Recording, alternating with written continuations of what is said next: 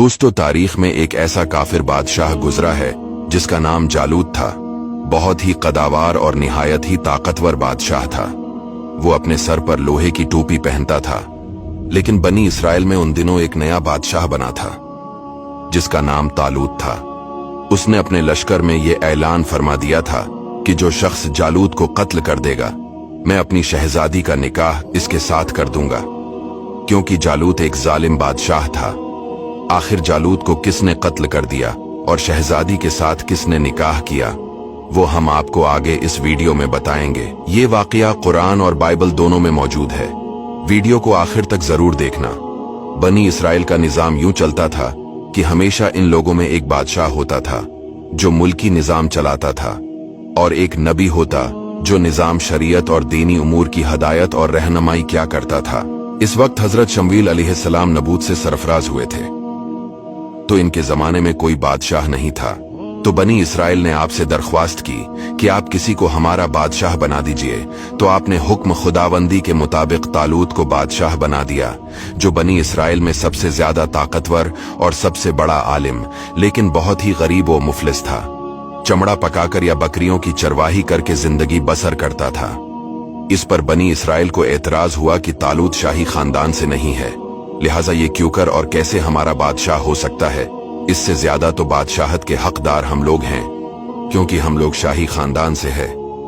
फिर तालूत के पास कुछ ज्यादा माल भी नहीं है।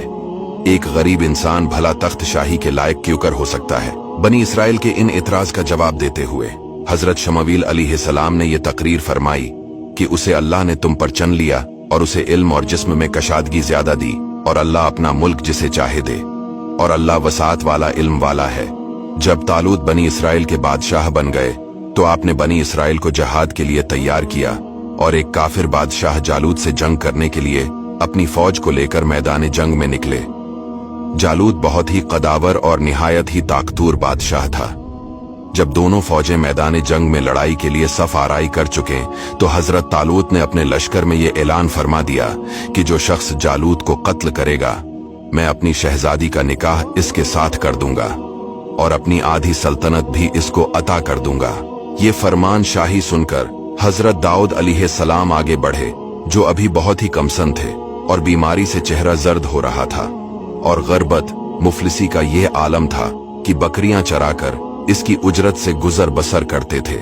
रिवायत है कि जब हजरत दाऊद अलैहिस्सलाम घर से जहाद के लिए रवाना हुए थे तो रास्ता में एक पत्थर ये बोला कि ए हजरत दाऊद, मुझे उठा लीजिए, क्योंकि मैं हजरत मूसा अलैहिस्सलाम का पत्थर हूं। फिर दूसरे पत्थर ने आपको पुकारा कि ए हजरत दाऊद, मुझे उठा लीजिए, क्योंकि मैं हजरत हारून अलैहिस्सलाम का पत्थर हूं।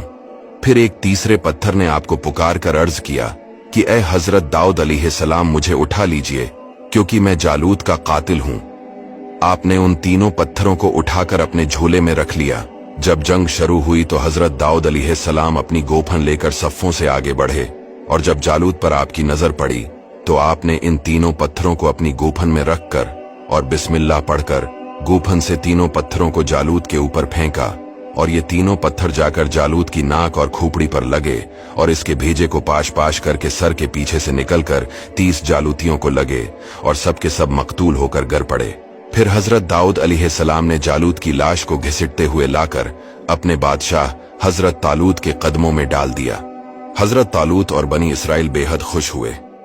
जालूत के कत्ल हो जाने से इसका लश्कर भाग निकला और हजरत तालूत को फतह मुबीन हो गई, और अपने ऐलान के मुताबिक हजरत तालूत ने हजरत दाऊद अलैहिस्सलाम के साथ अपनी लड़की का निकाह कर दिया और अपनी आधी सल्तनत का उनको सुल्तान बना दिया।